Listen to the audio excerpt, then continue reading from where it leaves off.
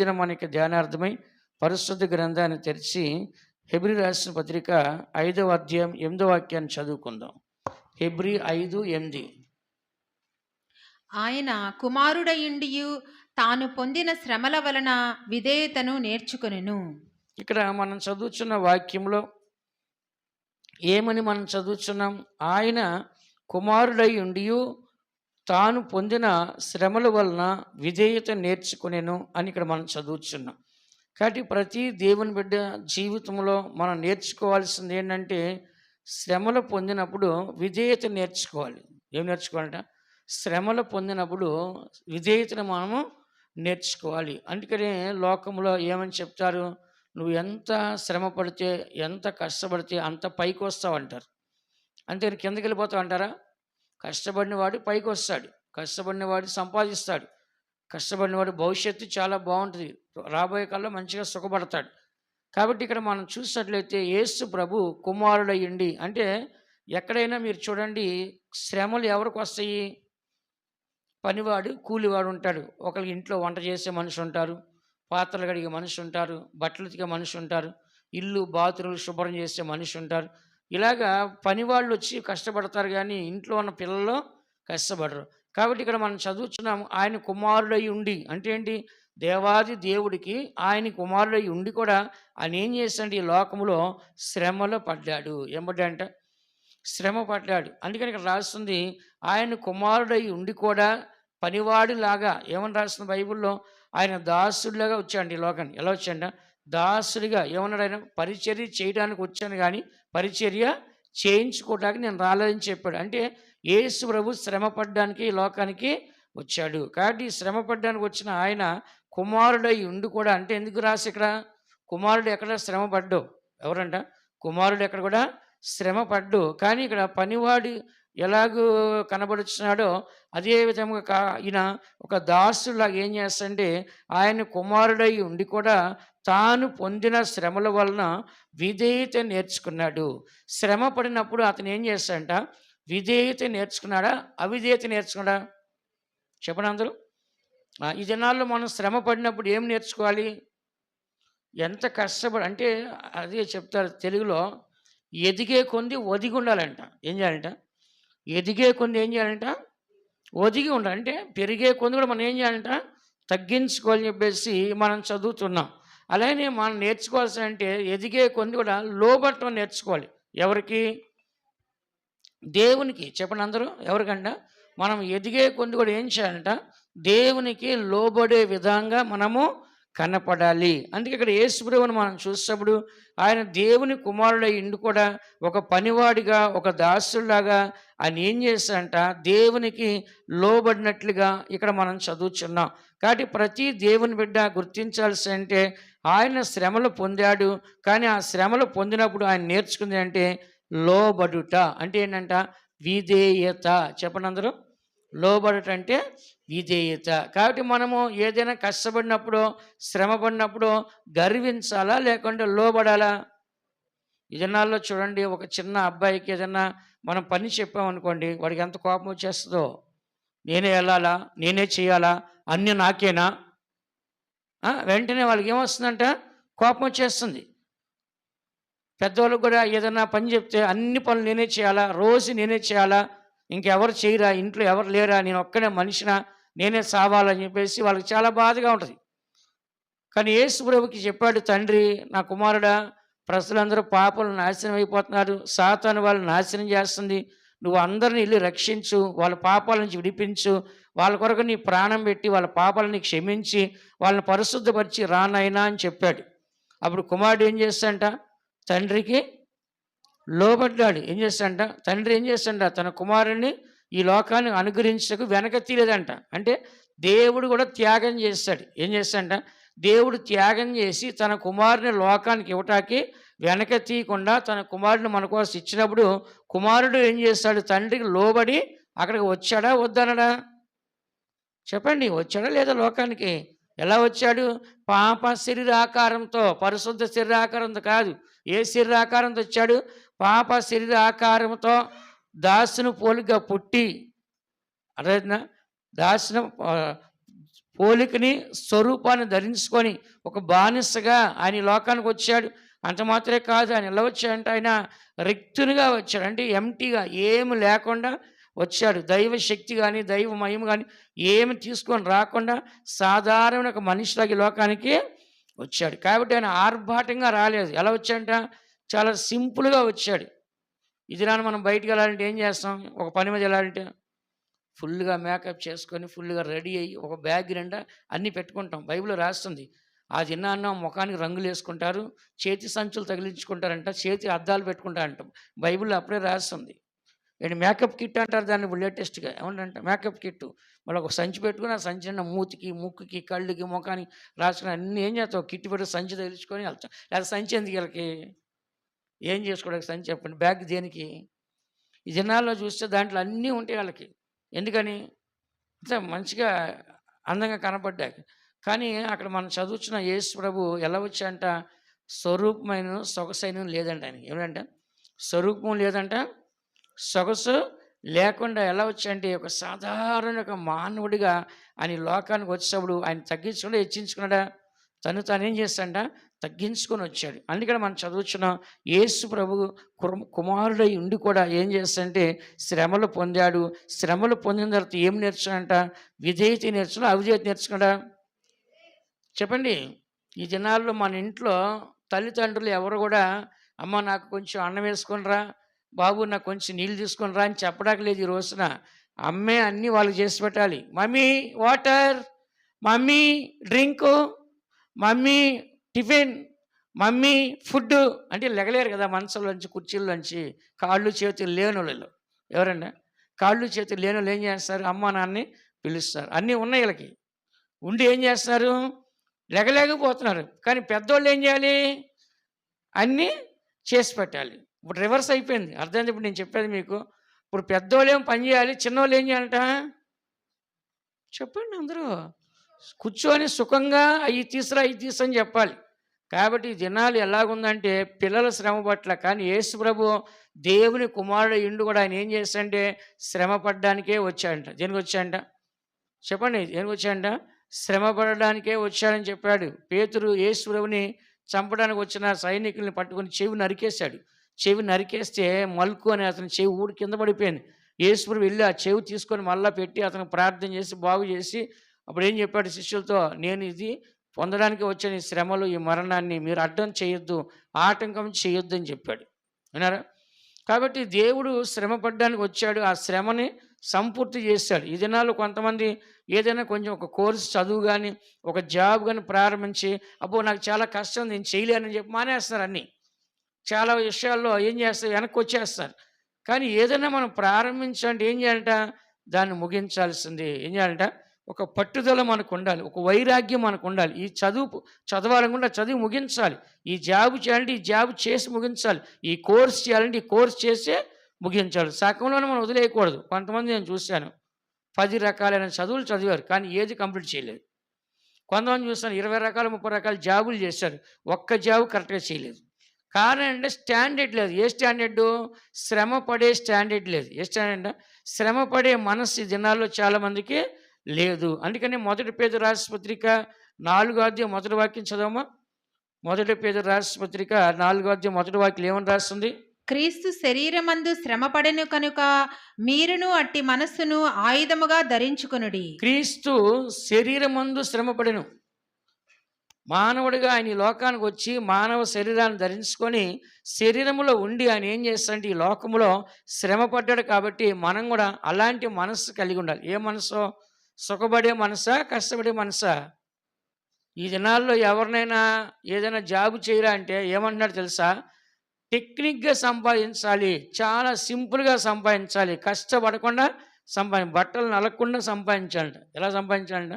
బట్టలకి అసలు మురికి కానీ మట్టి కానీ నలిగిపోకుండా బట్టలు నలగకుండా ఏం చేయాలంట? చెప్పండి. సంపాదించాలంట, కష్టం లేకుండా సంపాదించాలంట. యేసు ప్రభు ఆత్మలు సంపాదించవచ్చేప్పుడు కష్టపడి సంపాదించాడా, ఈజీగా సంపాదించాడా? పాపులతో తిరిగి, వ్యభిచారులతో తిరిగి, ఏంటి వ్యాధిగ్రస్తులు తిరిగి, దెయ్యాలు పడ్డ వాళ్ళు తిరిగి వాళ్ళందరినీ బాగు చేసి కష్టపడి సంపాదించి ఒక్కొక్క ఆత్మని అంత ఈజీ సంపాదించలేదు. ఏంటి అనేక అద్భుతాలు చేసిన తర్వాతే వాళ్ళు నమ్మారు. అనేక అద్భుతాలు చేస్తేనే రక్షించబడ్డారు. అనేక అద్భుతాలు చేస్తేనే దేవుని విశ్వసించారు. బైబిల్ రాస్తుంది. ఆయన చేసే అద్భుతాలు బట్టి వాళ్ళు విశ్వసించారని రాస్తుంది ఎన్నో స్థలాల్లో. కారణం అంటే యేసు ప్రభు సేవ చేయడానికి శ్రమ పడే సేవ చేశాడు కానీ ఊరికినే ఏమి ఆయన సేవ చేసి అద్భుతాలు చేసేసి ఆకర్షించలా. ఆయన అందరి కోసం ఏం చేస్తాడంట, కష్టపడ్డారు. అలాగే వ్యక్తిగతంగా మన జీవితంలో అయినా సరే మనం శ్రమ పడితేనే పైకి వస్తాము. అలాగనే మన ఆత్మీయంగా అయినా సరే శ్రమ పడితేనే పైకి వస్తాము. అలాగే ఆత్మీయంగా శ్రమ పడితేనే మనం పరలోకానికి వెళ్తాం. బైబిల్లో రాస్తుంది, చదవండి ఆ మాట.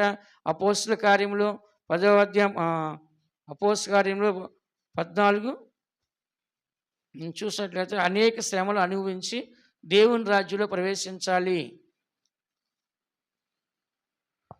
అపోస్తుల కార్యములు 14:22. శి- శిష్యుల మనస్సులను దృఢపరచి విశ్వాసమందు నిలకడగా ఉండవలననియు అనేక శ్రమలను అనుభవించి మనము దేవుని రాజ్యములో ప్రవేశింపవలననియు వారిని హెచ్చరించిరి. ఇక్కడ మనము అనేక శ్రమలు అనుభవించి పరలోక రాజ్యంలో ప్రవేశించాలి. ఊరికనే పరలోక రాజ్యం రాదు మనకి. పరలోక రాజ్యం అంత ఈజీగా వచ్చేది మనకి. పరలోక రాజ్యము ఏం చేయాలంట, కష్టపడి ఏం చేయాలంట, కష్టపడి శ్రమలో పడితేనే పరలోక రాజ్యం మనకి దొరికిద్ది. పరలోక రాజ్యం దొరకాలంటే శ్రమ పడకుండా పరలోక రాజ్యం దొరికిద్దా, దొరకదు. కాబట్టి మనం ఏం చేయాలంటే ఎన్ని శ్రమలు పొందినా కూడా మనం ఏం చేయకూడదంటే దేవుణ్ణి మనము దూషించకూడదు. ఈ దినాల్లో చూడండి, చాలామంది కష్టపడి శ్రమపడి దేవుని ఏం చేస్తారంట, దూషించేవారుగా కనబడుతున్నారు. ఎందుకని, నేను చేశాను, నా వల్ల జరిగింది, నేను కష్టపడ్డాను అని చెప్పేసి ఏం చేస్తారంటే వాళ్ళు గర్వించేవారుగా కనబడుతారు. చిన్న శ్రమ వస్తే ఏం చేస్తారు, అరుపులు కేకలు. అందుకే బైబిల్లో రాస్తుంది, అతడు అరవడు కేకలు వేయడు. ఎవరైనా యేసు ప్రభు ఆయన శ్రమలు వచ్చేప్పుడు ఏం చేస్తాడంట, అరవడు కేకలు వేయడు. ఈ దినాల్లో మనం ఏం చేస్తాం, చిన్న శ్రమ పడితే నేను కష్టపడుతున్నాను, నేను పోషిస్తాను, నేనే కదా అన్నీ చేస్తాను చెప్పి చాలామంది బాధపడుతుంటారు. ఇంటి మీద ఏం చేస్తాం, అందరూ గొడవలు యుద్ధాలు చేస్తుంటారు. నేను లేకపోతే మీ బతుకులు ఏమవుతాయి, నేను లేకపోతే మీకు అన్నం ఎవరు పెడతారు అని చెప్పేసి ఏం చేస్తారంటే ప్రతి ఒక్క చిన్నదాన్ని కూడా మనుషులు ఏం చేస్తారంటే చాలా కోపపడుతున్నారు. కానీ ఇక్కడ వాక్యం చదువుతున్నాము, శ్రమల వలన ఆయన నేర్చుకున్నది ఏంటంటే విధేయత. చెప్పండి అందరూ. శ్రమలు పొందినప్పుడు ఏం నేర్చుకోవాలి, మనము లోబట్టం నేర్చుకోవాలి. శ్రమ పొందినప్పుడు గర్వించడము అహంకారంగా ఉండటం కాదు. శ్రమ పొందినప్పుడు ఏం చేయాలంటే మనము లోబట్టము నేర్చుకోవాలి. అంతేగాని మేము చేశామని చెప్పేసి గర్వించకూడదు. గర్వించమని ఎక్కడ బైబిల్లో రాయబడలే. కానీ క్రీస్తు కలిగిన మనస్సు, శ్రమ పడే మనస్సు ఏం చేయాలంట మనం కూడా ధరించుకోవాలి. యోబు గ్రంథంలో 36వ అధ్యాయం 15వ వాక్యం చూడండి. యోబు గ్రంథం 36వ అధ్యాయం 15వ వాక్యంలో ఒక మాట మీరు చదవచ్చు. శ్రమపడు వారిని వారికి కలిగిన శ్రమ వలన ఆయన విడిపించును, బాధ వలన వారిని విధేయులుగా చేయును.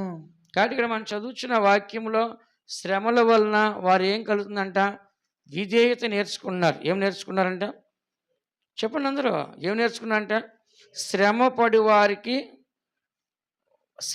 వారిని వారి కలిగిన శ్రమల వలన ఆయన విడిపించును, బాధ వలన వారిని విధేయులుగా చేయను. అంటే ఏంటి, ఇక్కడ రాస్తుంది కదా, శ్రమల వలన ఆయన వారిని విడిపించును, అలాగే బాధల వలన వారికి విధేయులుగా చేయను. అంటే ఇక్కడ మనం చూసినట్లయితే మనం ఎప్పుడు కూడా శ్రమలు పడే కొంది కూడా మనం ఏం చేయాలంటే నేర్చుకోవాలి. అంటే ఎదిగే కొంది ఏం చేయాలంట, ఒదిగి ఉండాలి. ఎదిగే కొంది గర్వించమని చెప్పలా దేవుడు. ఎదిగే కొంది ఏం చేయాలంట, మనము ఒదిగి ఉండాలి. ఈ దినాల్లో మనం చూస్తే కొంతమందికి ఒక చదువు మంచిగా ర్యాంక్ వస్తే ఇక పట్టుకోలేము మనం. నా అంతటోళ్ళు లేడు, నేను కష్టపడి చదివాను అంటాడు. ఎవరికైనా మంచి జాబ్ వస్తే ఇక నా అంతటోళ్ళు లేడు, నేను మంచి జాబ్ కొట్టేసా అంటాడు.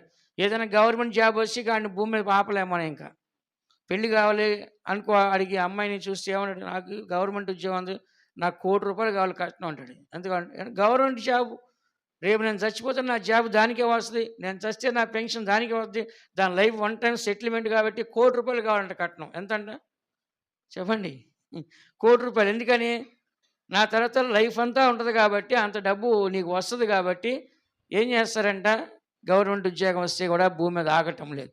కాబట్టి దినాల్లో మనం గర్వించడానికి ఏం లేదండి. ఇక్కడ బైబిల్లో చక్కగా రాసింది, శ్రమపడి వారికి కలిగిన శ్రమల వలన ఆయన విడిపించును, బాధ వలన వారిని విధేయులుగా చేయను. కాబట్టి ఎంతవరకు కూడా మనం కష్టాలు పడినా, శ్రమలు పడినా, ఏ మార్గంలో వెళ్ళినా మనం నేర్చుకోవాల్సింది ఏంటంట చెప్పండి? విధేయత నేర్చుకోవాలి. నువ్వు ఎప్పుడైతే లోబడుతున్నావో దేవునికి, విధేయత అంటే ఏంటి? దేవునికి లోబడటం. అవిధేయత అంటే దేవునికి తిరుగుబాటు చేయడం, ఎదిరించటం. కాబట్టి విధేయత కలిగి మనం ఉండాలి. బైబిల్‌లో రాస్తుంది, వారికి అవిధేయత వలన వారు కనానులో ప్రవేశించలా. ఎవరు వాళ్ళు? ఇశ్రాయేలు ప్రజలు. వారి యొక్క అవిధేయత వలన వాళ్ళు కనానులో ప్రవేశించలా. బైబిల్ ఏం రాస్తుంది? మీరు లోబడనొల్లని ప్రజలు గనుక నేను మీతో రాను. మీతో వచ్చాననుకో మీరు లోబడరు కాబట్టి నాకు కోపం వచ్చి మొత్తాన్ని చంపేస్తా. ఏమన్నాడు? మీరు నాకు లోబడరు కాబట్టి నేను గనక మీతో వస్తే మీ అందరిని ఏం చేస్తాను? చంపేస్తాను. అంటే దేవుడు కూడా వాళ్ళని భరించలేవు. అంటే దేవుడు కూడా వాళ్ళు లోబడిని ఒక క్రూరమైన మనుషులు వాళ్ళు జీవించారు. కాబట్టి అలాగ దేవుని లోబడిని ఆ యొక్క మనుషులను చూసి దేవుడే భరించలేక వేదనతో చెప్తున్నాడు, నేను మీతో వచ్చినట్లయితే మీ అందరిని ఏం చేస్తాను?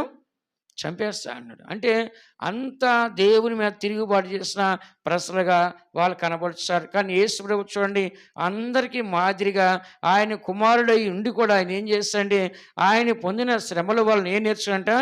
విధేయత నేర్చుకున్నాడు. కాబట్టి ఈ దినాల్లో అందరూ వినండి, నీ జీవితంలో కావచ్చు, నీ కుటుంబంలో కావచ్చు, నీ ఉద్యోగస్తుల్లో, నీ వ్యాపారస్తుల్లో అన్నిట్లో ఏమంటే విధేయత ఉండాలి. చెప్పండి అందరూ. గవర్నమెంట్ కూడా ఏం చేస్తుంది? ఏ కంప్లైంట్ లేని ఎంప్లాయీకి అవార్డు ఇస్తుంది. కలెక్టర్ చేతులు ఏం చేస్తుంటే అవార్డు ఇస్తారు. ఇంకొంతమందికి ఎవరి చేతులు ఇస్తారు? ముఖ్యమంత్రి చేతులు అవార్డు ఇస్తారు. మరి ఇంకొంతమందికి ఎవరితో? రాష్ట్రపతి చేతులు అవార్డు ఇస్తారు. ఎందుకని? అతనికి జీవితం బాగుంది, చాలా కష్టపడ్డాడు, చాలా పైకి వచ్చాడు, చాలా లోబడ్డాడు, చాలా ప్రైజ్డ్ ఉన్నాడు అని చెప్పేసి దేశం గుర్తించదయ్యే అంత అవార్డు కూడా ఇస్తున్నారు. నేషనల్ అవార్డు అని. ఇంకా ఆ తర్వాత ఇంటర్నేషనల్ అవార్డు ఏదది? ఆస్కర్ అవార్డు ఇస్తున్నారు, గిన్నీస్ రికార్డు ఇస్తున్నారు, నోబెల్ అవార్డు ఇస్తున్నారు. ఇలా ఎందుకు ఇస్తారు? వాళ్ళకి మంచి జీవితాన్ని వాళ్ళు చేయగలిగారు కనుక. మదర్ తెరీసాకి ఇచ్చారు ఆస్కర్ అవార్డు. ఎందుకు ఇచ్చారు? నోబెల్ అవార్డు ఇచ్చారు. ఎందుకు ఇచ్చారు? చనిపోయిన తర్వాత ఇచ్చారు. ఆమె ఎందుకు ఇచ్చారు? ఆమె సేవ మంచిగా చేసింది. కుష్టి రోగులందరినీ బాగా సేవ చేసి ఆమె మంచిగా కష్టపడింది. కాబట్టి ఇది నాన్న ఇప్పుడు వరకు కూడా ఆమె చారిటీలు ఎన్నో ఈ రోడ్లో ఉంది. మదర్ తెరీసా పెద్దది ఉంది ఇక్కడ. ఎందుకు చెప్తున్నా అంటే ఆమె అంత కష్టపడింది, అంత లోబడింది. కాబట్టి మనం కూడా ఏం చేయాలంటే దేవునికి లోబడే వాళ్ళుగా ఉంటేనే రేపు మన జీవితంలో పైకి రావడానికి అవకాశం ఉంటుంది. విధేయత కలిగినప్పుడే మనం ఎదగడానికి అవకాశము ఉంటుంది. అందుకని ఇదే హెబ్రీ రాష్ట్రపతికి 5వ అధ్యాయం 10వ వాక్యం చదవండి. హెబ్రీ 5:10. మరియు ఆయన సంపూర్ణ సిద్ధి పొందినవాడై మెల్కిసెదెకు యొక్క క్రమములో చేరిన ప్రధాన యాజకుడని దేవుని చేత పిలువబడి తనకు విధేయులైన వారికందరికీ నిత్య రక్షణకు కారకుడాయెను. ఇక్కడ మనం చదువుచున్నాం, యేసు ప్రభు సంపూర్ణ సిద్ధి పొందినవాడై అంటే పర్ఫెక్ట్గా ఉన్నాడంట. సంపూర్ణ అంటే పరిపూర్ణత. పరిపూర్ణుడిగా ఆయన ఉండి మెల్కీసెదెకు క్రమంలో చేరిన ప్రధాన యాజకుడు అంట. ఏ క్రమంలో చేరాడంట? మెల్కీసెదెక్. ఎవరైనా మెల్కీసెదెకు? పరిశుద్ధాత్మ. ఎవరంట? పరిశుద్ధాత్మ నడిపించే క్రమములో ఆయన కనబడుచున్నాడు. 1 శ్రమ పొందుతున్నాడు, 2 విధేయత నేర్చుకున్నాడు, 3వది ఆయన చేసే పని అంటే పరిశుద్ధాత్మ క్రమం. అంటే పరిశుద్ధాత్మ ఏ క్రమంలో అయితే మనిషిని నడిపిస్తాడో దేవుని ఆత్మ అదే క్రమంలో ఏం చేస్తాడంటే ఈయన ఈ యొక్క యాజకుడిగా ఉన్నాడంట. ఎలా ఉన్నాడంట? దేవునికి యాజకుడిగా. బైబిల్లో రాస్తుంది, ఆ గోత్రములో మరి యాజకత్వం చేయమని ఎక్కడా రాయబడలేదు, కానీ వేరొక గోత్రంలో జన్మించిన వాడు అని యేసు ప్రభు గురించి రాస్తుంది. 7వ అధ్యాయం హెబ్రీ రాష్ట్రపత్రిక 14 వాక్యం చదవండి. హెబ్రీ 7:13-14. ఎవని గూర్చి ఈ సంగతులు చెప్పబడెనో ఆయన వేరొక గోత్రములో పుట్టెను. ఆ గోత్రములోని వాడెవడును బలిపీఠమునొద్ద పరిచర్య చేయలేదు. చాలు. ఇక్కడ యాజకులు అనేవాళ్ళు లేవీలు మాత్రమే సేవ చేయాలి, కానీ వేరొక గోత్రం పుట్టాడు. ఆయన ఎవరో? యేసుక్రీస్తు. 14లో మన ప్రభు యూద సంతానమందు జన్మించని మాట స్పష్టమే. ఆ గోత్రంలో యాజకులను గూర్చి మోషే ఏమీ చెప్పలేదు. కాబట్టి యాజకులు లేవీలే సేవ చేయాలి, కానీ యేసుప్రభు ఏం చేశాడంటే ఆ సేవ బాధ్యత యేసుప్రభు తీసుకొని ఆ సేవని యాజకులే లేవీలే చేయాల్సిన పరిస్థితి ఉన్నప్పటికీ వాళ్ళు దాన్ని సక్రమంగా చేయలేకపోవటం వలన యేసుప్రభు యూదా గోత్రంలో జన్మించబడికి ఆ సేవ బాధ్యతలు తీసుకొని పరిశుద్ధాత్మ క్రమములో పరిశుద్ధాత్మిక మెల్కీసెదెకు యొక్క సపోర్టుతో ఈ సేవను ఆయన చేసి ముగించాడు. మీ అందరూ తెలుసు బైబిల్లో ధర్మశాస్త్ర ఉపదేశకులు యాజకులు, ఆ తర్వాత ఎవరంట సద్దుకేయులు, వీళ్ళందరూ ఎవరంటే వీళ్ళు సేవకులే. కానీ వాళ్ళు ఏం చేస్తున్నారు? సేవను మంచిగా చేయట్లేదు. ధర్మశాస్త్ర ఉపదేశకులు, సద్దుకైలు, పరిసయ్యులు ఇలాగ అందరూ ఉన్నప్పుడు యాజకులు మంచిగా వాళ్ళు సేవ చేయట్లేదు. కాబట్టి యేసుప్రభు ఏం చేశాడు? ఆయన వచ్చిన తర్వాత ఈ విధంగా సేవ చేయండి, మీరు సున్నం కొట్టిన సమాధుల్లాగా ఉన్నారు, మీ జీవితాలు మరి మంచిగా లేవని వాళ్ళందరినీ హెచ్చరించి ఆ సేవ అంతా పాడుడిపోయి దేవుని ఆలయంలో దొంగల గృహంగా మార్చి అక్కడ వ్యాపారాలు చేస్తారు. ఎక్కడ? దేవుని ఆలయంలో. అప్పుడు యేసుడు వచ్చి అందరిని బయటికి కొళ్ళాత కొట్టి బయటికి వెళ్ళగొట్టి ఆ సేవ బాధ్యత తీసుకొని అక్కడి నుంచి నీ ఇంటిని గురించిన ఆసక్తి నన్ను భక్షించిన వాక్యం నెరవేర్చుకొని అక్కడి నుంచి సేవను ఆయన చేతిలోకి తీసుకొని శక్తిగల ప్రవక్తగా ఆయన సేవ చేసి అద్భుతాలు, ఆశ్చర్యకర మహత్కార్యాలు, దెయ్యాలు వెళ్ళగొట్టి, రోగులు స్వస్థపరిచి, చచ్చిన వారు లేపి, 5 రొట్టెలు 2 చేపలు ఆశ్రయించి సముద్రం నడిచాడు ఆయన. కారణం ఏంటంటే వీళ్ళందరూ చేయలేకపోతారు ఆ సేవని. కారణం ఏంటంటే వాళ్ళ యొక్క జీవితంలో ఏం లేదంట? మెల్కీసెదెకు క్రమం లేదు. ఏ లేదంట? మెల్కీసెదెకు క్రమం లేని జీవితం సేవ వల్ల కనబడుతుంది. యేసుప్రభు ఏం చేస్తాడంట? పరిశుద్ధాత్మ అభిషేకంతోనే ఈ లోకానికి వచ్చాడు కాబట్టి ఆయన మెల్కీసెదెకు క్రమం ప్రకారం ఈ 10వ వాక్యంలో మెల్కీసెదెకు క్రమంలో చేరిన ప్రధాన యాజకుని దేవుని చేత పిలువబడి, ఎవరి చేత అండి చెప్పండి? మెల్కీసెదెకు అని దేవుని చేత పిలువబడిన వాడంట. ఆయన అపోస్తుడైన ప్రధాన యాజకుడు అంట. హెబ్రీ రాసిన పత్రిక 3వ అధ్యాయం 1వ వాక్యం ఏమని రాస్తుంది చదవండి. హెబ్రీ 3:1. ఇందువలన పరలోక సంబంధమైన పిలుపులో పాలు పొందిన పరిశుద్ధ సహోదరులారా, మనము ఒప్పుకొనిన దానికి అపోస్తలుడును ప్రధాన యాజకుడునైన యేసు మీద లక్ష్యముంచుడి. చూసారా? పరలోక సంబంధమైన పిలుపులో పాలు పొందిన పరిశుద్ధ సహోదరులారా, మనందరం ఎక్కడికంటే పిలువబడ్డాము?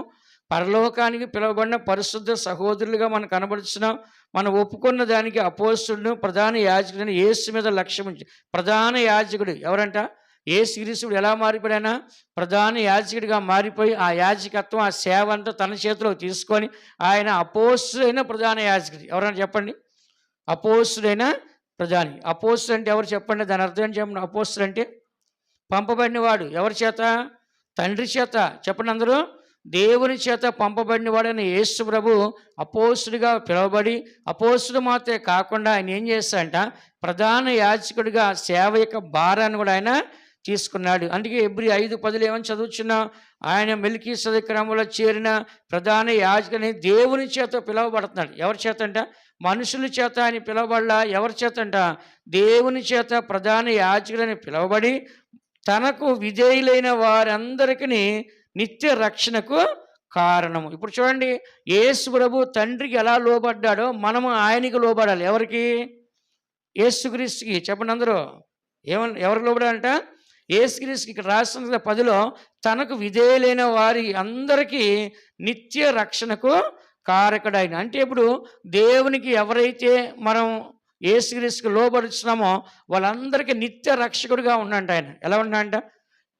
తండ్రి అయిన దేవునికి యేసు ప్రభు ఎలాగా లోబడి ఉన్నాడో అలాగనే మనకి కూడా మనం దేవునికి లోబడినట్లయితే దేవుడు ఏం చేస్తాడు? నిత్య రక్షకుడిగా మనకే ఉంటున్నాడు. అందుకని దేవుడు నిత్యము మనకి రక్షకుడిగా ఉండాలంటే మనకేముండాలంట?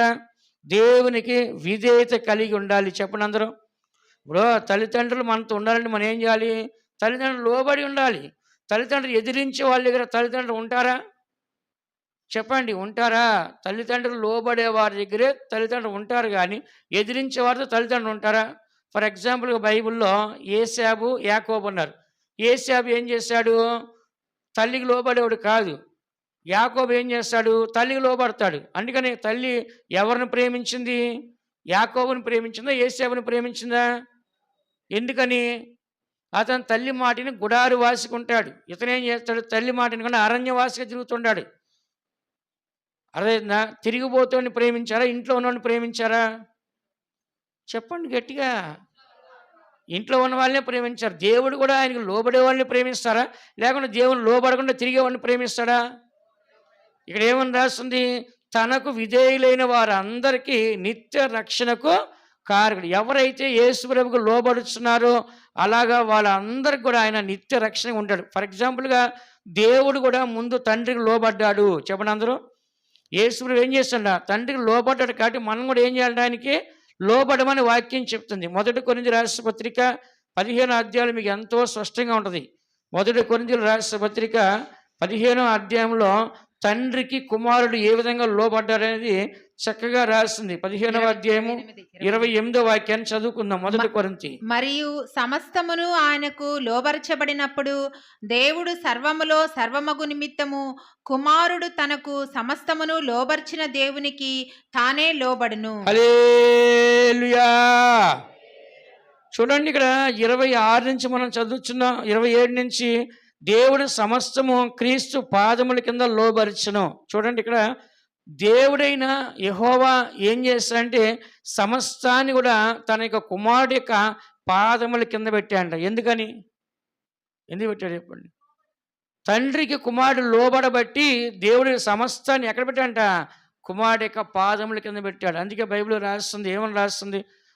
సాతాన్ని మనం ఎదిరించాలంటే దేవునికి లోబడాలి ఫస్ట్. చదవండి, యాకోబు రాసిన 4:7 వాక్యాలు ఏమని రాస్తుంది? మీరు గనక సాతాన్ని జయించాలి అంటే గనక ఎవరికి లోబడాలి? యాకోబు 4:7. కాబట్టి దేవునికి లోబడిండుడి, అపవాదిని ఎదిరించుడి, అప్పుడు వాడు మీ యొద్ద నుండి పారిపోవును. చాలు, దేవుడికి ఫస్ట్ మనం లోబడి అపవాదిని ఎదిరిస్తే వాడు పారిపోతాడంట. చాలా మంది ఏం చేస్తారు? దేవునికి లోబడకుండా సైతాన్ని వెళ్ళమంటే ఏమంటది? ఎరా, నువ్వు దేవునికి లోబడగా నేను నీకు లోబడాలా? నువ్వు ముందు దేవుని లోబడరా, అప్పుడు నేను నీకు లోబడతా. నిన్ను బట్టి కాదు, నీ దేవుని బట్టి నేను లోబడతా, నీ దేవుని బట్టి నేను నీకు భయపడతా అంటది. వింటున్నారా? ఇప్పుడు నేనే ఉన్నాను సేవకుడిని, నేను దేవుని లోబడకుండా ఒక దెయ్యం పట్టిన వ్యక్తికి ప్రార్థన చేసి ఏసునాలు వెళ్ళిపో అంటే ఏముంటుంది? నాయనా, నువ్వే దేవుని లోబడవు, నేను నీకు ఎలా లోబడాలి? నువ్వు ముందు దేవుని లోబడ్డావు అనుకో, దేవుడు నీతో ఉంటాడు కాబట్టి నీతో దేవుడు అని చెప్పి నేను భయపడి పారిపోతాను. నేను అపవాది ఎదిరిస్తే వాడు మీ ఎదురు నుంచి పారిపోని. ఎవరిని చూసి పారిపోతాడు అపవాది?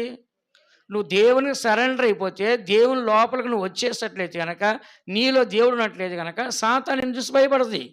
అందుకని డైరెక్ట్గా నేను చెప్తున్నా వెళ్ళిపో అంటే వెళ్ళిపోద్దా? చెప్పండి, వెళ్ళిపోద్దా? ఎలాదో. అందుకని మనం ఏం చేయాలంటే ఫస్ట్ మనం మనం మామూలుగా జనరల్గా తీసుకున్నా కూడా బైబిల్ ఏం రాస్తుంది? ముందు మనము లోబడితే ఇతరులు మనకి లోబడతారు. మనము లోబడకుండా ఇతరులు లోబడమంటే లోబడతారా? చెప్పండి, మనం లోబడకుండా ఇతరులు లోబడతారా? కాబట్టి ఈ దినాలు కొంతమంది చూడండి, ఎవరి మాట వినరు, కానీ అందరూ మాత్రం వాళ్ళ మాట వినాలంట. వీళ్ళ మాత్రం ఎవరి మాట వినరు, కానీ అందరూ ఏం చేయాలంట? వీళ్ళకి మాత్రం మాట వినాలంట. అందుకనే మనము లోబడితే దేవుడు ఏం చేస్తాడు? సమస్తాన్ని మనకి లోబడే విధంగా చేస్తాడు. ఇక్కడ మనం చదివాం కదా, కొరింథీలో 15వ అధ్యాయం 27వ వాక్యం ఏమని రాస్తుంది? దేవుడు సమస్తమును క్రీస్తు పాదముల కింద లోబర్చును, సమస్తము లోబర్చబడినదని చెప్పినప్పుడు ఆయన సమస్తమును లోబరిచిన వాడు తప్ప సమస్తము లోబరచబడి ఉన్నదని సంగతి విషాదమే. కాబట్టి ఇక్కడ యేసు ప్రభుకి ఎందుకు లోబర్చాడు? యేసు ప్రభు తండ్రికి లోబడ్డాడు కాబట్టి భూలోకములో కానీ పరలోకం కానీ సమస్తం ఆయనకి అప్పగించేసి ఇదిగో సమస్త ఏలుబడి చేయమని చెప్పాడు. అందుకనే దేవుని మాట ఎవరైతే వింటారో దేవుడు ఏం చేస్తాడంట? వాళ్ళకి సమస్తం లోబడి విధంగా మనకి మారుస్తాడు. మనం కనుక దేవుని మాట వినకపోతే అన్నీ మనకు లోబడమంటే లోబడతాయా? చెప్పండి, లోబడతాయా? ఈవన ఏం చేశాడు? దేవుని లోబడలేదు, కానీ సముద్రము, నీళ్లు, చేపలు అందరూ లోబడ్డారు, కానీ ఎవరు లోబడ్డా? ఈవన విధేయుడా అవిధేయుడా? చెప్పండి. అవిధేయుడు అంటే ఏంటి? లోబడిన వాడు కానే కాదు. అందుకని మనం అలా ఉంటే ఇప్పుడు ఆ యువనాన్ని దేవుడు ఆశ్రయించాడా? అది యువనాకి ఫస్ట్ నువ్వు చెప్పి నినేవే పట్టణానికి వెళ్ళి వాళ్ళకి స్వార్థ ప్రకటించినప్పుడు యువన లోబడి ప్రకటించి వచ్చి ఉంటే యువనాన్ని దేవుడు ఎంతో హెచ్చించేవాడు. కానీ యువన ఏం చేస్తాడు? అలా లోబడకుండా దేవుని ఎదిరిస్తూ ఉన్నాడు. ఎవరిని ఎదిరిస్తున్నాడు ఆయన? దేవుణ్ణి ఎదిరించాడు ఆయన. దేవుణ్ణి ఎదిరించి దేవుని తిరుగుబాటు చేసే వలన చివరికి అతనికి ఎటువంటి ప్రతిఫలం దొరకలేదు. అందుకనే దేవుని బిడ్డలైన మనము ఇక్కడ చదువుతున్న వాక్యంలో 28వ వాక్యం మనం చదువుతున్నాం. మరియు సమస్తమును ఆయనకు లోబర్చబడినప్పుడు దేవుడు సర్వములో సర్వము నిమిత్తము కుమారుడు తనకు సమస్తం లోబర్చిన దేవునికి తానే లోబడును. చూసారా? దేవుడు మనకు లోబర్చాడంటే అన్నీ మనం కూడా ఏం చేయాలి? మనము దేవునికే లోబడాలి. ఈ దినాల్లో చూడండి, చాలామంది మనం చూస్తాము, పెద్దవాళ్ళకి లోబడట్లేదు, విధేయులుగా ఉండట్లేదు, తిరుగుబాటు చేసి నువ్వు చెప్పి నేనెందుకు వినాలి, నేను మేజర్ని, నాకు అన్నీ తెలుసు అంటున్నారు. నేను చిన్న పిల్లనా, నేను చిన్న పిల్లవాడినా, నాకు అన్నీ తెలుసు అంటున్నారు. ఏం తెలుసు? అమ్మ నాన్న ఎదిరించడం తెలుసు, ఇంట్లో నుంచి వదిలేసి ఎవరినో ప్రేమించి వెళ్ళిపోవడం తెలుసు, ఆ తర్వాత ఏమి పనికి రాకుండా అయిపోవడం తెలుసు. కాబట్టి ఈ దినాల్లో తల్లిదండ్రులు కష్టపడి కని పెంచి పెద్ద చేసి ఎందుకు, వాళ్ళ భవిష్యత్తులో బాగుండాలని. లేకుంటే ఏ పంది లేకుండా కుక్కలను రోడ్డు వదిలేయచ్చు కదా, ఎందుకు పెంచడం పని లేక? వాళ్ళ కోసం కష్టాలు పడి ఉద్యోగాలు చేసి చదివించి పెద్ద పెద్ద చదువులు చదివించి వాళ్ళకి కావాల్సిన బట్టలు, ఒంటి మీద బంగారం, తింటాకి ఖర్చులకి డబ్బులు అన్నీ ఇవ్వటం ఎందుకు? పందుల్లా కుక్కలా వదిలే సరిపోయేది కదా. ఎందుకు వాళ్ళు పెంచుతున్నారు? వాళ్ళ బిడ్డలు బాగుండాలని, భవిష్యత్తులో అందరికంటే ఉన్నతంగా ఉండాలని, వాళ్ళు ఎవరి కింద పని చేయకుండా ఒకరి చేతుల అడుక్కోకుండా ఉండాలని, వాళ్ళ బిడ్డలు తలగా నియమించాలని కోరుకుంటారు అందరూ. అవునా కాదా? చెప్పండి అందరూ. అవునా కాదా? ఇప్పుడు చాలామంది ఎవరిని పిల్లల్ని ఏం చదివిస్తున్నారు? సాఫ్ట్‌వేర్ అంటున్నారు. దేనికి? ఏసీ రూమ్‌లో కూర్చొని ఏసీ కింద కంప్యూటర్ దగ్గర పనిచేస్తే అది చాలా బాగుంటుంది, మా అబ్బాయి సాఫ్ట్‌వేర్ అయిపోవాలంట. ఏ చెట్టు కింద కూర్చొని పని చేసేది నేర్పిస్తున్నారా? అవి నేర్పించట్లే. ఎవడికాడు ఎలా ఉన్నాడంట? సాఫ్ట్‌వేర్ అంట. ఆ సాఫ్ట్‌వేర్‌లు ఎక్కడా లేవు ఇప్పుడు ఉద్యోగాలు. 10,000, 8,000 అంట సాఫ్ట్‌వేర్‌లకి. దానికంటే మేస్త్రి పని చేసేవాడు రోజు ₹1000 సంపాదిస్తున్నాడు. నెలకు 30,000 సంపాదిస్తున్నాడు. టాపీ మేస్త్రి, బేల్దారి మేస్త్రి చేసేవాడు. దానికంటే ఇది దారుణమైన జాబ్. 8,000, 10,000. ఆ 10,000కి వాడికి ఒక ల్యాప్‌టాప్ ఉండాలి, వాడికి ఒక బైక్ ఉండాలి, వాడికి ఒక స్మార్ట్ ఫోన్ ఉండాలి, వాడికి ఏంటి రకరకాలు అన్నీ ఉండాలి. దాని అన్ని ఆప్షన్స్ ఇస్తాడు. అవన్నీ ఉంటేనే ఆ జాబ్ ఇస్తారు మళ్ళీ. విన్నారా? ఎక్కువ సెలవులు ఇవ్వడం, మళ్ళీ ఆడికి ఎక్కువ సెలవు ఇస్తే శాలరీ కట్ చేస్తాడు, అవసరమైతే ఉద్యోగాన్ని పీకేస్తాడు. కాబట్టి బయట ఇన్ని రూల్స్ పెడుతున్నారు. కానీ ఇక్కడ మనం చూసినట్లయితే యేసు ప్రభు ఒక గొప్ప దేవాది దేవుడు అయ్యుండి కూడా దేవునికి ఏం చేశాడు? లోబడ్డాడు లేదా? చెప్పండి అందరూ. యేసు ప్రభు లోబడ్డాడు కాబట్టి దేవుడు ఏం చేశాడంటే ఆయనకి కూడా సమస్తాన్ని లోబరిచాడు. అందుకని మనం ఏం చేయాలంటే లైఫ్ ఎండింగ్ వరకు లోబడాలి. ఎప్పుడు దాకంట? చెప్పండి. జీవితం అంతం వరకు, చివరి దాకా ఏం చేయాలి? దేవునికి లోబడి. ఒక్కసారి లోబడితే చాలదు, ఎప్పటికీ ఏం చేయాలంట? లోబడాలి. ఎప్పుడు కూడా లోబడే ఒక వ్యక్తిగా మనం కనపడాలి. ఫిలిప్పీ రాసిన పత్రిక 2వ అధ్యాయం 8వ వాక్యం చదవమ్మా. ఫిలిప్పీలు రాసిన పత్రిక 2వ అధ్యాయం 8వ వాక్యం చదవండి.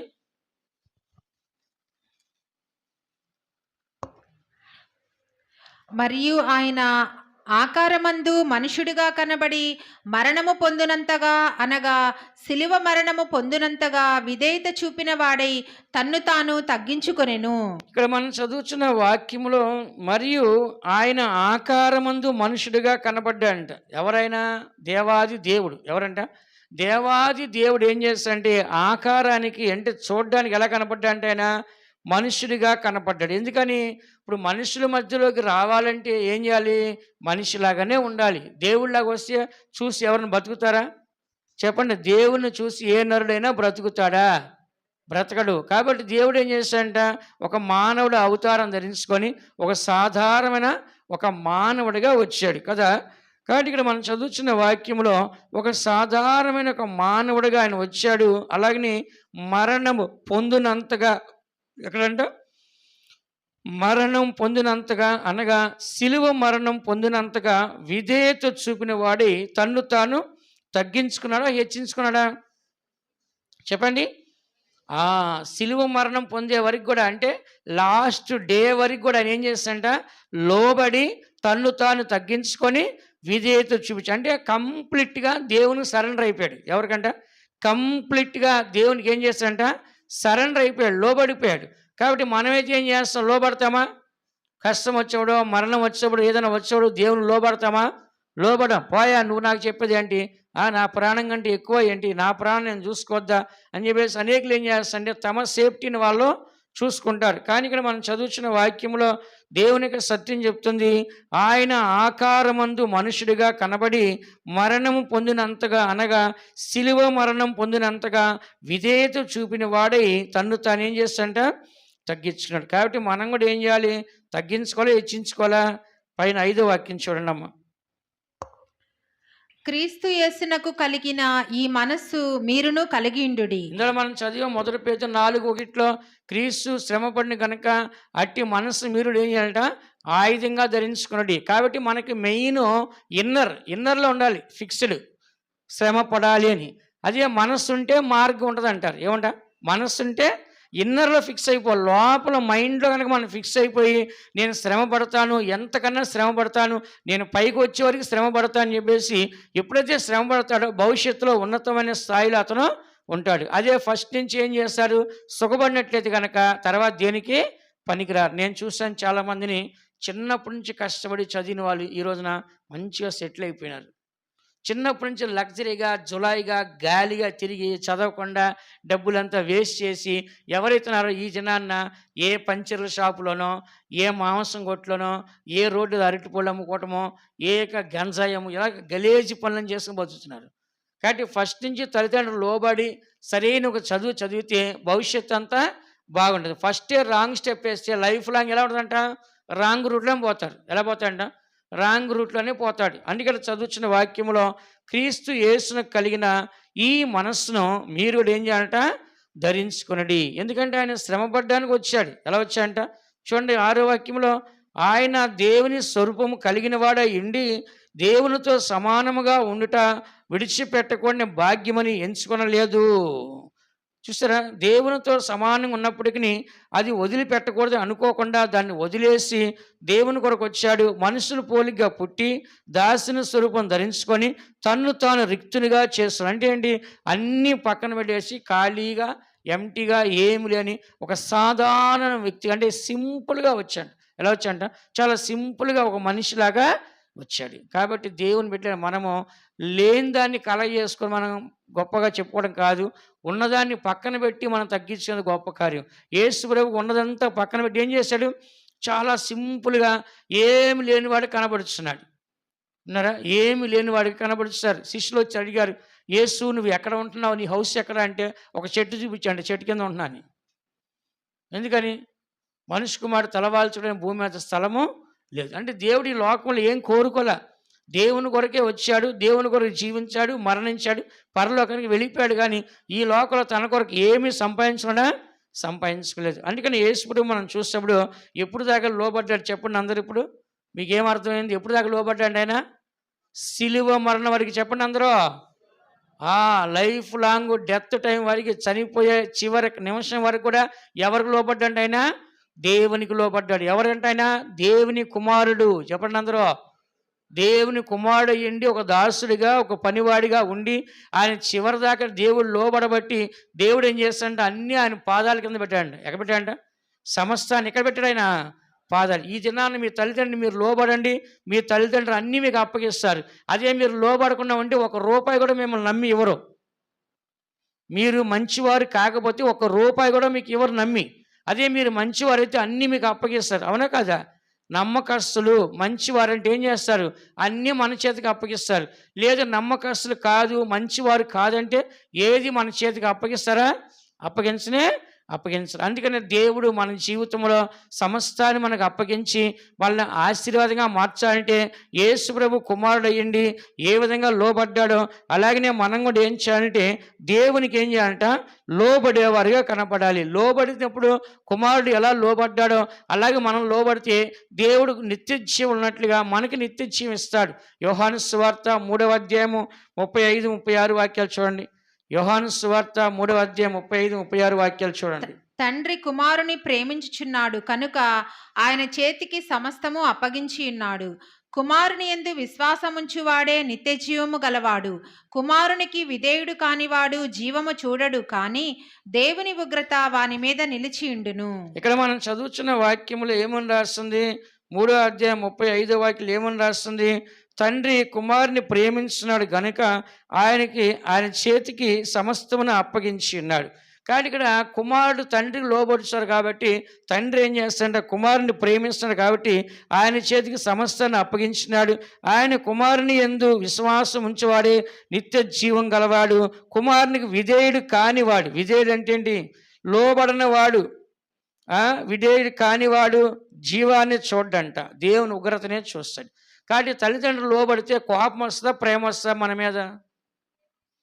తల్లిదండ్రులు లోబడితే ప్రేమ వస్తుందా, కోపం వస్తుందా? అదే లోబడకపోతే ఏమొస్తుంది? అందుకే దేవుడు చెప్పాడు, మీరు లోబడిన వాళ్ళని ప్రజలు కనుక నేను మీ మధ్యలోకి వచ్చి మిమ్మల్ని అందరిని ఏం చేస్తాను? చంపేస్తాను. ఎవరైనా? తండ్రి అయిన దేవుడు. ఎందుకంటే మీరు లోబడరు, నా మాట వినరు. నా మాట వినరు కాబట్టి మీ మధ్యలోకి వచ్చి ఏం చేస్తే మిమ్మల్ని చంపేస్తాను. ఈ దినాల్లో తల్లిదండ్రులు పిల్లల్ని ఎందుకు కొడతారు? చెప్పిన మాట వినకపోతే ఏం చేస్తారు? కొడతారు. కొంతమంది అయితే చేతితో కొడతారు, కొంతమంది కర్రతో కొడతారు, కొంతమంది ఏది ఉంటే అది ముఖం ఇసిరేస్తారు. అది మూతి బగల్ని, ముక్కు బగల్ని, ఏదన్నా బగల్ని ఏం చేస్తారు? ఏది ఉంటే అదే ఇసిరేస్తారు ముఖం మీదకి. ఇసిరేస్తే ఏమైంది? ఈ మధ్య చేతిలో ఎప్పుడు ఫోన్ ఉంటుంది కాబట్టి ఫోన్ ఇసిరేస్తున్నారు కొంతమంది. ఏమి ఇసిరేస్తున్నారంట?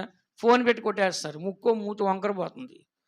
అంటే కోపం వచ్చి ఏం చేస్తారు? లోబడకపోతే వెంటనే దాన్ని పగల కొట్టేస్తారు కోపం. అలాగే ఈ దినాల్లో దేవుని యొక్క ఉగ్రత మన మీదకి రాకుండా ఉండాలంటే ఎవరికి లోబడాలి మనము?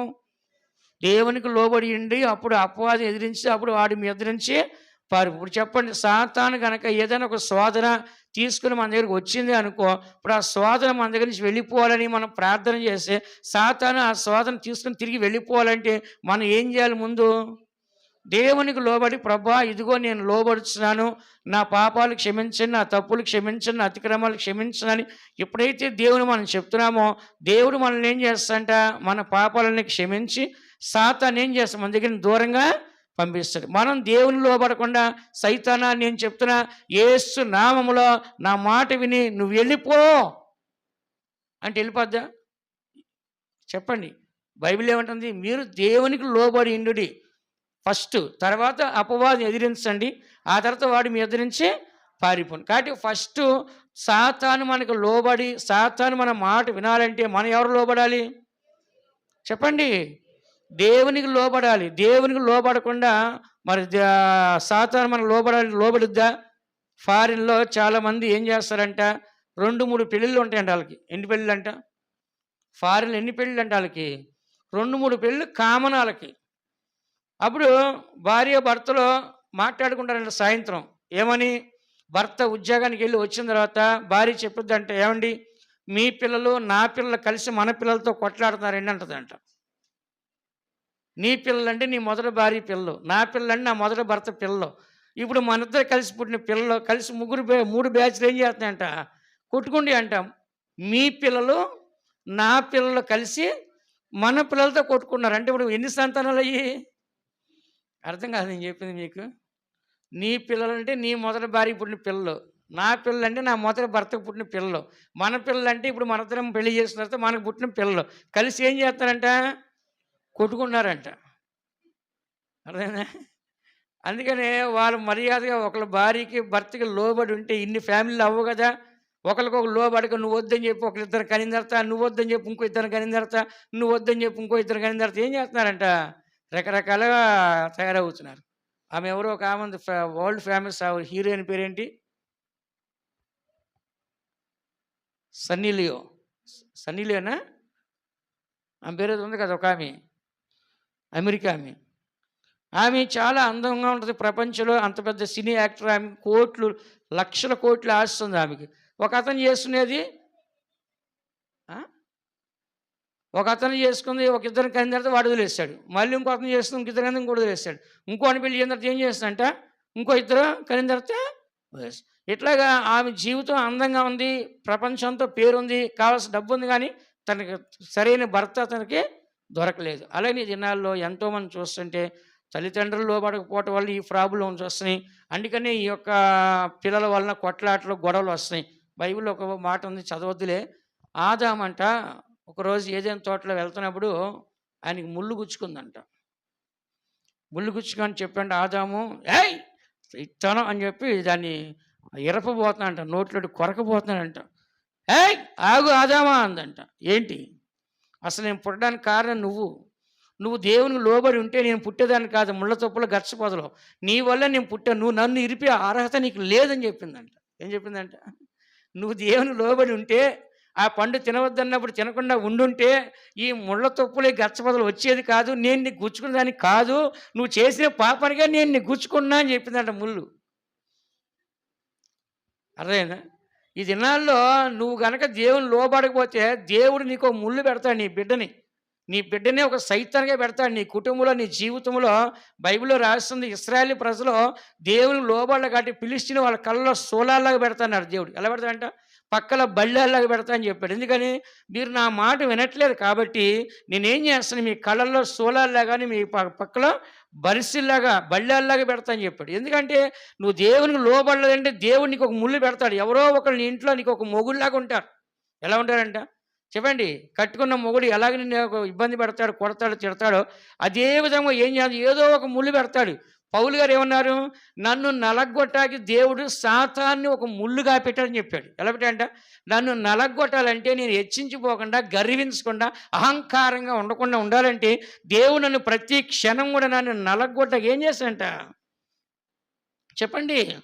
ఒక ముళ్ళు పెట్టాడంట. అందుకని మన శరీరం ఏం చేస్తుందంటే మన మాట వినదు. అందుకే దాన్ని ఏం చేయాలంటే ప్రతిరోజు దాన్ని ఏం చేయాలంటే మనము నలగగొట్టి లోబర్చుకోవాలంటే. 1 కొరింథీ రాసిన పత్రికలో ఉంది కదా మాట, నా శరీరాన్ని నేను నలగొట్టి దాన్ని ఏం చేస్తున్నాడు, లోబర్చుకున్నా అన్నాడు. చదవండి ఆ మాట. 1 కొరింథీ 9:27 చివరి 9:27. గాలిని కొట్టినట్లు నేను పోట్లాడుట లేదు, కానీ ఒకవేళ ఇతరులకు ప్రకటించిన తరువాత నేనే భ్రష్టుడనై పోదునేమో అని నా శరీరమును నలగకొట్టి దానిని లోబరుచుకొనుచున్నాను. మన శరీరాన్ని కంట్రోల్ పెట్టుకోవాల్సిన బాధ్యత ఎవరిది చెప్పండి అందరూ? మన శరీరాన్ని కంట్రోల్ చేసే బాధ్యత ఎవరిది? మనదే. మన శరీరాన్ని నలగొట్టాలి. ఇప్పుడు మన మనసు సరిగ్గా లేదు, చెడు ఉద్దేశాలతో ఉన్నప్పుడు మన శరీరం మనం నలగొట్టాలి. మన హృదయం మంచిగా లేదు, చెడు ఆశలు కలిగి ఉంది, దాన్ని మనం నలగొట్టాలి. మన శరీరము అనేక రకాల కావాలని ఇచ్చేస్తుంది, పాపం చేయాలని, దాన్ని మనం నలగొట్టాలి. పౌలు ఏమన్నాడు? నా శరీరాన్ని నేనే నలగొట్టి దాన్ని నేనే లోబర్చుకున్నా. అంటే మన శరీరాన్ని కంట్రోల్ చేసే బాధ్యత ఎవరిది చెప్పండి? ఎవరిదంట? మనదే. మన శరీరాన్ని ఎవరు చేయాలంటే కంట్రోల్లో మనమే పెట్టుకోవాలి. మన శరీరం కంట్రోల్ పెట్టుకోకపోతే పాపంలో పడిపోతాం. దావీదు ఏం చేశాడు? తన శరీరాన్ని కంట్రోల్లో పెట్టుకోకుండా బెత్షెబా భార్యని తెచ్చుకొని, ఉరియా భార్యని బెత్షెబాని తెచ్చుకొని ఉరియాని చంపించేశాడు. చేసిన పాపానికి దేవుడు శిక్ష ఇచ్చాడే ఇవ్వలేదా చెప్పండి? దావీదు దేవునికి ఇష్టమైన వ్యక్తి అయినప్పటికీ దేవుడు దావీదుని శిక్షించాడా, శిక్షించలేదా చెప్పండి? దేవుడు శిక్షించాడు. అలాగే దేవుని యొక్క పిల్లలైన మనం కూడా మన శరీరాన్ని ఏం చేయాలంటే కంట్రోల్లో పెట్టుకోవాలి. ఏసేపుని ఏం చేస్తుంది? పోతీఫరు భార్య బలాత్కారం చేయమని బలవంతం చేసింది. ఆయన ఏం చేశాడు? ఇలాంటి పని నేను చేయను, సావనైనా సస్తా కానీ ఇలాంటి పని నేను చేయనని చెప్పి అతను లొంగలేదు. లొంగనందుకు ఆమె ఏం చేసింది? తిరిగి ఆయన మీద నేరమోపు ఆయన ఏం చేసింది? జైల్లో వేయించింది. ఎక్కడ చెప్పండి? తప్పు చేసి జైలుకి వెళ్ళాడా? తప్పు చేయకుండా జైలుకి వెళ్ళాడా? తప్పు చేసి జైలుకి వెళ్ళేవాడు ఆయన చెప్పండి? తప్పు చేసి జైలుకి వెళ్ళేవాడా? ఆ ఇంట్లో ఆమె బంగారులా చూసుకునేది, ఆ ఇంటికి ఆయన హీరో అయిపోయాడు, కానీ దేవుడి దగ్గర జీరో అయిపోయాడు. ఎవరి దగ్గర అంట? దేవుడి దగ్గర జీరో అయిపోయాడు. అందుకని దేవుడు ఏం చేస్తాడంటే అతన్ని ఆ పాపానికి అనుమతించలా. అతను కూడా దానికి లొంగిపోలేదు. కాబట్టి అతను దేవుని ద్వారా హెచ్చించబడి ఆ దేశానికి ఏమైందంట? ఒక రాజుగా మారిపోయాడు. అందుకని దేవుని బిడ్డలే మనము మోషే చెప్పాడు, అల్పకాల పాప భోగాలు అనుభవించడం కంటే దేవుని ప్రజలతో శ్రమను మించిన గొప్ప భాగ్యం అని చెప్పాడు. అందుకే లోకంలో చిన్న చిన్న వాటికి మనము ఆశపడినట్లయితే, చిన్న చిన్న కార్యాలకు మన జీవితాన్ని తునీకారంగా చేసినట్లయితే, మనం దేవుని లోబడకుండా ఉన్నట్లయితే కనుక ఎలాంటి ఆశీర్వాదం మనకి రాదు. అందుకని మనకి జీవితంలో భార్యలు కూడా భర్తలకు ఏం చేయాలంట? లోబడాలి. 1 పేతురు రాసిన పత్రిక 3:5 మనం చదివినట్లయితే, పూర్వం పరిశుద్ధ స్త్రీలు తమ భర్తలకు లోబడ్డారని రాస్తుంది. చదవండి అన్నమాట. 1 పేతురు 3:5. అటువలే పూర్వము దేవుని ఆశ్రయించిన పరిశుద్ధ స్త్రీలను తమ స్వపరుషులకు లోబడినుట చేత తమ్మును తాము అలంకరించుకొనిరి. ఇక్కడ మనం చదువుతున్న వాక్యంలో అటువలే పూర్వము దేవుణ్ణి ఆశ్రయించిన పరిశుద్ధ స్త్రీలంట. ఎవరంటారు? దేవుణ్ణి ఆశ్రయించి, దేవుని విశ్వసించి, దేవుని నమ్మిన పరిశుద్ధ స్త్రీలు తమ స్వపురుషులకు లోబడి ఉండడం చేత తమ్మును తాము అలంకరించుకుని. అంటే వాళ్ళు లోబడి ఉండటమే వాళ్ళకి ఎలా ఉందంట? అలంకారముగా ఉందంట. ఎలా ఉందంట? తమ్మును తాము ఏం చేస్తారంట? లోబరుచుకుని ఉండటం ఏమైందంట? అలంకారంగా ఉంది. కాబట్టి మనం ఇక్కడ చదువుతున్న స్త్రీలు కూడా ఏం చేయాలంటే పురుషులకి లోబడాలి. ఎవరు లోబడాలంట? స్త్రీలు ఎవరు లోబడాలంట? పురుషులకి లోబడాలి. స్త్రీకి పురుషుడు ఎవరంట? శిరస్సు. చెప్పండి అందరూ. స్త్రీకి పురుషుడు ఎవరంట? శిరస్సు. సంఘానికి శిరస్సు ఎవరు? క్రీస్తు. మనం ఎవరు లోబడాలి? సంఘము క్రీస్తు సంఘం అంటే ఏంటి? బాడీ. శిరస్సు అంటే తల. ఈ బాడీ అంతా ఎవరు లోబడాలి? ఇప్పుడు ఈ మైండ్ గైడెన్స్ ఇస్తుంది. నువ్వు ఈ సమయాన్న పలానా దగ్గరికి వెళ్ళాలి, పలానా వస్తువు కొనాలని చెప్తుంది, వెళ్ళాలి. నీవు ఈ సమయాన్న బాత్రూమ్కి వెళ్ళని చెప్పి వెళ్ళాలి. ఈ సమయాన్ని నువ్వు అన్నం తినని చెప్పి తినాలి. ఈ సమయాన్ని నువ్వు నిద్రపో అని చెప్పింది, నిద్రపోవాలి. ఈ సమయంలో పలానాలకు ఫోన్ చేయని చెప్పింది, చెయ్యాలి. ఎవరు గైడెన్స్తో మనిషి నడుస్తున్నాడు? మైండ్. చెప్పండి అందరూ. ఎవరంట? ఈ మైండ్ ఏదైతే చెప్తుందో ఈ అవయవాలు అన్నీ ఏం చేస్తాయంట? అన్నీ లోబడతాయి. అలాగనే దేవుడు చెప్పినట్టుగా మనం ఏం చేయాలి? లోబడాలి. అలాగనే పురుషుడు చెప్పినట్టుగా స్త్రీ ఏం చేయాలి? చెప్పండి. పురుషుడు చెప్పినట్టు స్త్రీ ఏం చేయాలంట? లోబడాలి. కాబట్టి దేవుని బిడ్డలైన మనము లోబడుట అనేది మంచిదా చెడ్డదా? చెప్పండి. లోబట్టు వలన మేలా కీడా? చెప్పండి. నష్టమా లాభమా? లాభం. కాబట్టి ఈ దినాల్లో ఒకరికొకరు లోబడాలని చెప్పి దేవుని యొక్క వాక్యం చెప్తుంది. ఒకరి ఎడల ఒకరు ప్రేమ కలిగి లోబడ్డాక మనం ఏం చేయాలంటే ప్రయాసపడాలి. పూర్వం కూడా పరిశుద్ధ స్త్రీలు వాళ్ళు ఎవరంట? దేవుణ్ణి ఆశ్రయించిన వారు. చెప్పండి అందరూ. ఎవరిని ఆశ్రయించారంట? దేవుణ్ణి ఆశ్రయించిన పూర్వము పరిశుద్ధ స్త్రీలు తమ పురుషులకు ఏం చేశారంట? లోబడి ఉన్నట్లుగా మనం చదువుతున్నాం. అందుకని ఈ దినాల్లో మనం కూడా దేవుని పిల్లలని చెప్పుకోవడం కాదు, మేము పరిశుద్ధులు అని చెప్పుకోవడం కాదు, కానీ దేవునికి లోబడే స్వభావం మనకి ఉండాలి. ఎందుకంటే యేసు ప్రభుని ఎంత బాధపరిచినప్పుడు కూడా ఆయన ఏమాత్రం బాధపడకుండా ఏం చేస్తాడంట? తన్ను బాధపరిచినప్పటికి ఆయన ఏం చేస్తాడంటే దేవునికి అప్పగించుకున్నాడంట. ఎవరికి అప్పగించాడంట? ఆయన ఎంత బాధపరిచినా, ఎంత దుఃఖపరిచినా, ఎంత హింసించినా ఆయన ఏమాత్రం ఎదురు తిరగకుండా ఆయన ఏం చేస్తాడంటే తన్ను శ్రమ పెట్టిన వారికి దేవునికి అప్పగించున్నాడు. 1 పేతురు 2వ అధ్యాయం 23 వాక్యం చదవండి. 2:23. ఆయన పాపము చేయలేదు, 23. ఆయన దూషింపబడియు బదులు దూషింపలేదు, ఆయన శ్రమ పెట్టబడియు బెదిరింపక న్యాయముగా తీర్పు తీర్చు దేవునికి తన్ను తాను అప్పగించుకొనెను. యేసు ప్రభుని దూషించినప్పటికి బదులు దూషించలేదు, ఆయన్ని శ్రమ పెట్టినప్పటికి బెదిరిపోలేదు. కానీ యేసు ప్రభు ఒక దేవాది దేవుడు వచ్చేప్పటికి, కానీ ఆయన ఒక మనిషిగా కనబడుతున్నాడు కాబట్టి అనేకులు ఆయన దూషించారు. అదే దేవుడిగా వస్తే ఎవరిని దూషిస్తారండి? భయపడిపోతారు. దేవుడిగా వస్తే ఎవరిని దూషించగలరా? దూషించలేరు. కానీ ఇక్కడ మనం చదువుతున్నాం, ఆయన ఒక మానవుడిగా వచ్చాడు కాబట్టి ఆయన ఏం చేస్తాడంటే ఆయన దూషించినప్పటికీ, ఆయన శ్రమ పెట్టినప్పటికీ, ఆయన శ్రమ పడ్డాడా వద్దన్నాడా? శ్రమ పెట్టినప్పటికీ ఆయన ఏం చేస్తాడ? శ్రమ పడ్డాడు కాబట్టి ఆయన దేవుడే చూసుకుంటాడు, దేవుడే న్యాయంగా తీర్పు తీర్చని దేవుడికి ఏం చేస్తాడ? తన్ను తాను అప్పగించుకున్నాడు. అందుకనే మనం కూడా మన యొక్క జీవితంలో దేవుని బిడ్డలను మనము నేర్చుకోవాల్సి అంటే దేవునికి లోబడటము. ఎవరికి లోబడటం అంట? చెప్పండి. దేవునికి నువ్వు లోబడితే దేవుడు సమస్త నీ పాదాల కింద పెడతాడు. సాతాను కూడా నువ్వు ఎదిరించినప్పుడు అది పారిపోద్ది. అలాగనే దేవుని నీవు ఎప్పుడైతే లోబడుచున్నావో దేవుని ఉగ్రత నీ మీదకి రాదు, కానీ దేవునికి నిత్య జీవం మనకి అనుగ్రహిస్తాడు. అందరి కంట్లు మూసుకొని దేవుని బిడ్డలైన మనము ఈ యొక్క సత్యాన్ని మనం చదువుచున్నాం. దేవుని యొక్క సన్నిధిలో ఒక లోబడే స్వభావం మనకు కావాలి. యేసు ప్రభువు గురించి ఈ దినాన వాక్యం అంతా విన్నాం మనం.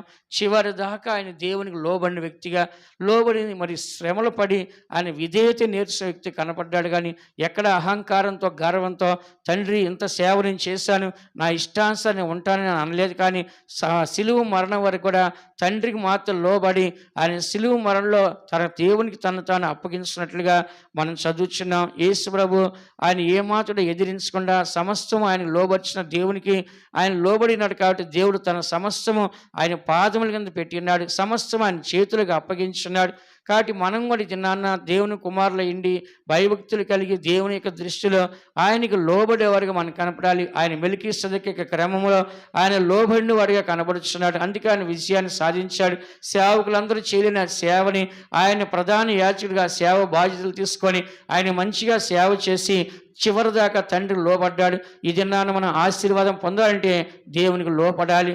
ఆదాము లోబడకపోవటం వలన శపించబడి ముళ్ళు తుప్పలు గచ్చబోదక రావాల్సి వచ్చింది. ఈ దినాల్లో మనం కూడా దేవుని లోబడి అదిరిస్తే వాడు పారిపోతాడు. నీ జీవితంలో నీ కుటుంబంలో ఏదైతే సాతాను పోరాటం వస్తుందో ఆ సమయాన్ని దేవుని లోబడి ఎదిరిస్తే వాడు పారిపోతాడు. ఈ చివరి దినాల్లో యేసు ప్రభు ఎలాగ మనకు ముందుగా మాదిరికరమైన జీవితం చేస్తాడో అలాంటి జీవితం మనం కూడా చేసినట్లయితే యేసు ప్రభు దేవుని కుడిపార్శ్వ ఎలా ఉన్నాడో ఒక దినాన్న ప్రభు యొక్క రాకడ వచ్చేవాడు మనం కూడా ఆయన రాకలు ఎత్తబడి ఆయన కుడిపార్శ్వకు దేవుడు మనకు సహాయించను గాక, దేవుడు మనల్ని ఆశీర్వదించను గాక.